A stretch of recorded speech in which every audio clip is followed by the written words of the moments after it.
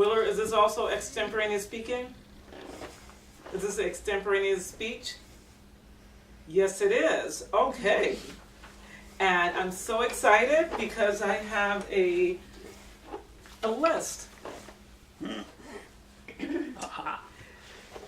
The topic is the power of mentoring. The power of mentoring. What is the power of mentoring? Mr. Willard Michlin? All right, yay! Woo! I assume it's 5 to 7 minutes? Okay.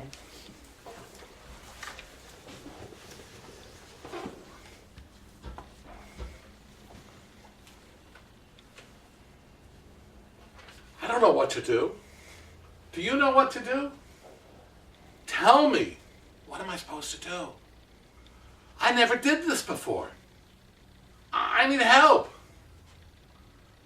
Need help. Help!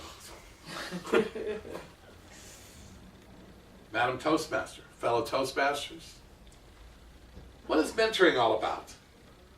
Mentoring is passing on knowledge from one generation to the next generation. It's the history of mankind. We started in the cave. Some smart character figured out fire. And he mentored the rest of his tribe in how to light fire. Then everybody knew how to light fire. And then one of the girls went off and married one of the boys in one of the other tribes, and she taught her husband and his tribe how to light fire. This is mentoring. Civilization exists because we mentor. There are some people who say, I have to learn it for myself. And when we're little kids, Papa says, son, don't stick your hand in the fire on the stove. And the son says, why is Daddy telling me not to stick my hand in the fire? I got to find out for myself. Yow! Now, the subject of the speech that the Toastmaster wanted me to talk about was mentoring in Toastmaster groups. But in order to talk about a higher level of mentoring, which Toastmaster mentoring is, you have to understand the basics down at the beginning, and like I said, about teaching fire. Now, I went to public school, and they taught me how to read and write and arithmetic, and how to talk to the girls next to me, and how to ignore the teacher. And they taught me how to read, but not well enough. So my father hired a tutor who was in the 12th grade, and I was in the 6th grade, and she mentored me on my reading skills. And she brought me up to 6th grade reading. So by the time that I went to college, I was literate. Can you imagine? I was literate. I knew how to read. I knew how to write. I even knew how to do mathematics and could start getting straight A's in college when I only got C's in high school. But you can't do it alone. When I was a little baby, I couldn't put my shoes on. I still can't tie a double knot in my shoes. Nobody taught me how to tie my shoes with a double knot because everybody would tie my shoes for me. I never knew how to mentor. I still don't know how to do a double knot. My wife still, at my age, still ties my double knots in my shoes when they come untied.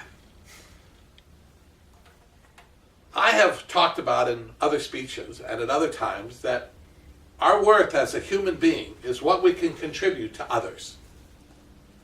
And one of the ways that one can contribute to others is to mentor them, is to pass on the knowledge that we received from another generation or another person, pass it on to us, and then we pass it on to you or to your children or your grandchildren.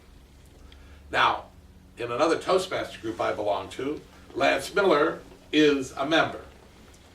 And Lance Miller collected all of his Toastmaster skills in order to become the international champion in 2005. And as Lance increased his ability, he mentored the whole group. to increase our ability. Now, we were number 5 in the world when Lance was president. And I would say we would be number 2 in the world now. And many of the things that I talk about in this group, I learned from my other group, because my other group is such a stellar group of speakers, and half the group is DTMs, and there's 30 or 40 members, and half of them have their distinguished Toastmasters. Pretty powerful group. So the power of mentoring. Now, I'm going to give you another example. Our new president of the United States. Some people go, oh my gosh, the president, he doesn't know anything about anything. Okay, he doesn't know anything about being president. Ronald Reagan, who didn't know anything about politics, he learned as governor. He did a pretty good job. He balanced the budget in the state of California. But by the time he became president, he knew a little bit. He had some experience. But it takes a year or 2 years or 3 years. You learn, and by the time you're kicked out of office, you know how to do your job. So our new president, who knows nothing about politics, he only knows about getting out in front of the audience and being a showman, he'll learn. He's got lots of politicians in Washington who would love to mentor him. And he'll learn, and they talk about the first 100 days, or the first year, or second year, but I guarantee you, good, bad, or indifferent, by the time he runs for his political renewal in 4 years, he will know how to be a president.